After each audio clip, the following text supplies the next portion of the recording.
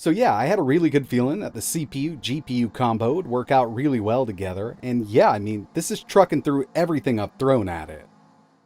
Hey, what's going on everybody? It's ETAPRIME back here again. Today we're going to be putting together a powerful AllAMD small form factor gaming PC, and yeah, with what I've got here, I think we're going to see some really great performance.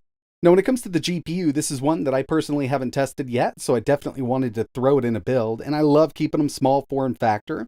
So I went with a relatively smaller case here, and throughout the build, I will go over all the parts used. I'll also leave links in the description. But before we jump into it, I do want to mention that this video is brought to you by URCD keys. I've actually been using this site for a couple years now. They do offer Steam keys, Origin, Uplay. They even offer Microsoft applications like Office, but the main reason that I use URCD keys is for their Windows keys. Right now, their Windows 10 Pro OEM key is $19.84, but if you use code ETA at checkout, you can get 25% off. And another great thing about buying from here is they do accept PayPal.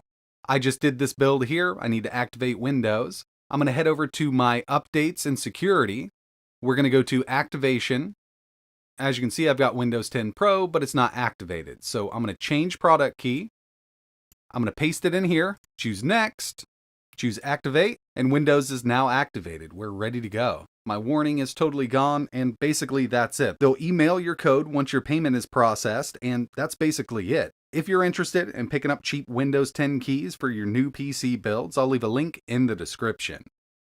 So starting out here with the case, I went with the MESHROOM D by Sunny Side Up. I personally love the look of this, and they do offer it in a few different colors. Obviously, mesh all the way around. It's coming in a little under 15 liters. This is the mini ITX version, and you can configure this with an air cooler, AIO. You could go with an ATX power supply depending on what cooler you use. But with this, we're going with a 240mm AIO and that full-size ASRock RX 7700 XT.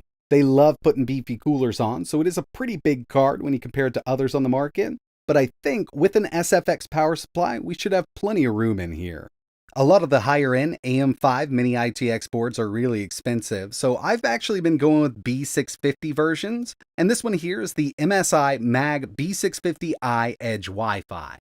It's not going to be a great overclocker, but with the CPU I opted to use, we don't need much overclocking when it comes to gaming. And for storage, I went with a 2TB Aorus 7000S M.2 SSD. And I'm going to be using the built-in cooler on the motherboard, so I just went ahead and removed the heatsink that comes installed on this SSD. Go ahead and get all of this installed. With storage out of the way, now I can turn my attention to the CPU. And for this build, we're going with the AMD Ryzen 7 7700X. Would be nice to go with an X3D, but with the price here, I really can't pass these up. You can get them for a pretty decent deal on eBay right now.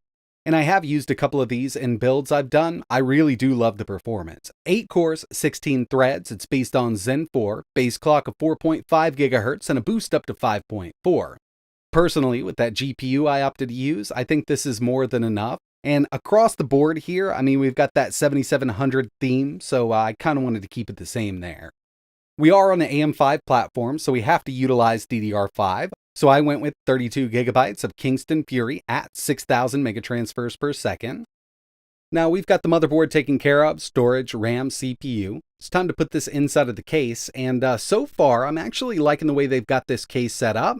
Several different configurations we can go for, but you know, I'm sure once I start shoving the GPU in here, AIO, and power supply, it'll get a bit cramped. But I think we can definitely make this work. I mean, after all, it is made to be able to use those parts. It's just going to be a little tight. To cool that 7700X, I went with the new Cooler Master Master Liquid 240 Atmos. Now, I've actually used their 360 version of this. It did a really great job in that build, so I figured I'd go with the 240 here, given that, you know, we can only go up to 240 with this small form factor case. And building inside of this case is a bit like Tetris, so I will need to kind of install the AIO, hang it off the side, and then we can install the GPU. And when it comes to the GPU, I went with the ASRock RX 7700 XT Phantom Gaming. The RX 7700 XT is one I've been really wanting to test out, along with the 7600. I did a build with the 78, and you know, given the price difference there, I think the 76 and the 77 should be a really good little option for people looking to save a little bit of money. And as you can see, this ASRock version is massive. Now, I'm a big fan of ASRock cards, but yeah, they do kind of go overboard on the cooling. I won't have to worry about this thing, thermal throttling or anything like that. Triple fan design, and believe it or not, it's actually going to fit in this case pretty nicely. And here it is. I was pretty surprised on how well everything went together. It was a bit of a pain with that AIO, being side mounted, getting all of my wires plugged in. So it is like Tetris. I mean, you need to do one thing first, then you move over to the next. But when it comes to the power supply, I'm actually using a Seasonic 700 watt fully modular SFX. And as you can see, it sits up front. I do need to clean up this wiring up top just a bit, but I think we're actually ready to start testing this thing out. Personally, love the look of it. I've always been a big fan of these full mesh cases, and given that we are using a small form factor case here, it shouldn't take up much space on the desk at all. I'm going to be running Windows 11 Pro. I went through, got everything updated, ready to go, and since we're on a full AMD build, we could actually install SteamOS on this pretty easily. If you're interested in seeing a video like that, let me know in the comments below. So far, looking pretty good. Temps are great on that CPU. I'm not doing any overclocking at all here. We're at that stock power limit. I have run a couple benchmarks, but the first thing I want to show you here is one of my favorite games right now, Forza Motorsports. We have had some AMD driver updates and updates to the game, so it should be performing a lot better than on launch day. And here it is. Personally, I like locking this game down at 60, so I do it here. I've got VSync on, no FSR, 1440p ultra settings. With VSync off, we're averaging around 83 FPS, which is more than enough. And yeah, I mean, this 7700 XT paired up with that 7700X is really pushing through. Next thing I have here are a few GPU benchmarks. And for 3D Mark Firestrike, 35,751. I also ran 3D Mark's ray tracing test, Port Royal. Total score here of 9,081. When it comes to ray tracing on these AMD cards, of course, NVIDIA definitely has the lead there. But the final one we have is Time Spy with a really impressive 16,367. Personally, I do consider this an Ultra 1440p card, but when it comes down to it, I mean, this would also do 4K with a lot of this stuff, taking those settings down to high. Here's Spider-Man Remastered, 1440p, very high, no resolution scale, so we don't have FSR on or anything like that. Amazing performance, and I do think that this is one of those games we could do 4K very high on this setup with no problem at all. But at 1440p, maxed out, we had an average of 131 FPS.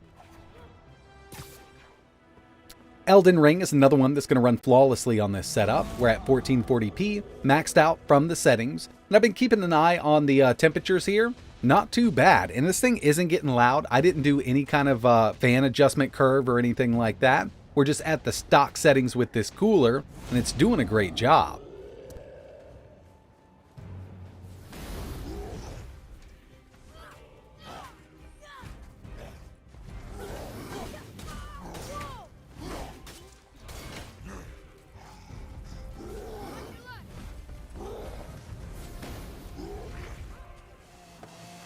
Another one of my favorite racing games, Forza Horizon 5, 1440p, Extreme, and kind of like Spider-Man, I really think this is another one of those games we could just go to 4K with it. I'm not sure how Extreme would work out, but ultra settings here with this game at 4K is totally possible on this system. And of course, we had to test out Starfield. First up, we've got a city area. We're at 1440p, high, 70% resolution scale. And yeah, it does stay over 60. I mean, you can see it's getting really close to just hitting 60 right there. But this is a city area. And, with planet exploration or even indoors, you're going to get a lot more out of it. That's just how this game is. And same settings here, 1440p, high, 70% resolution scale. We got an average of 82 FPS. And the final game we have here is Cyberpunk 2077. 1440p Ultra, and with that Ultra preset, it does add in a little bit of FSR. It's set to automatic, and I'd have to say, I mean, just looking at it, I think we're right there at kind of the quality preset with FSR. Either way, it still looks great. We're getting some amazing performance because by the end, we had an average of 117 FPS. Overall, really liking this combo here. That Ryzen 7 7700X paired up with that RX 7700 XT really does some great 1440p gaming. And of course, if you wanted to take it up, take a couple of the settings down, you could definitely do 4K on a machine like this. When it comes to the case, I really like the look of it once it's all put together. And now I don't have to worry about building in it because I'm finished, but it is a bit of a pain to get everything in there. So if you're going to go with an AIO and a larger card like this, make sure you go with an SFX power supply. If you want to do air cooling, it should be a lot easier. You could actually fit an ATX. But if I had to do it all over again, I probably would still go with that 240mm AIO and an SFX. Because again, once it's all put together, it's a really nice little build. But that's going to wrap it up for this one. I really appreciate you watching. If you're interested in building something similar, I will leave links to everything I use down in the description. If you've got any questions, or if you'd like to see Linux running on this machine, just let me know in the comments below. And like always, thanks for watching.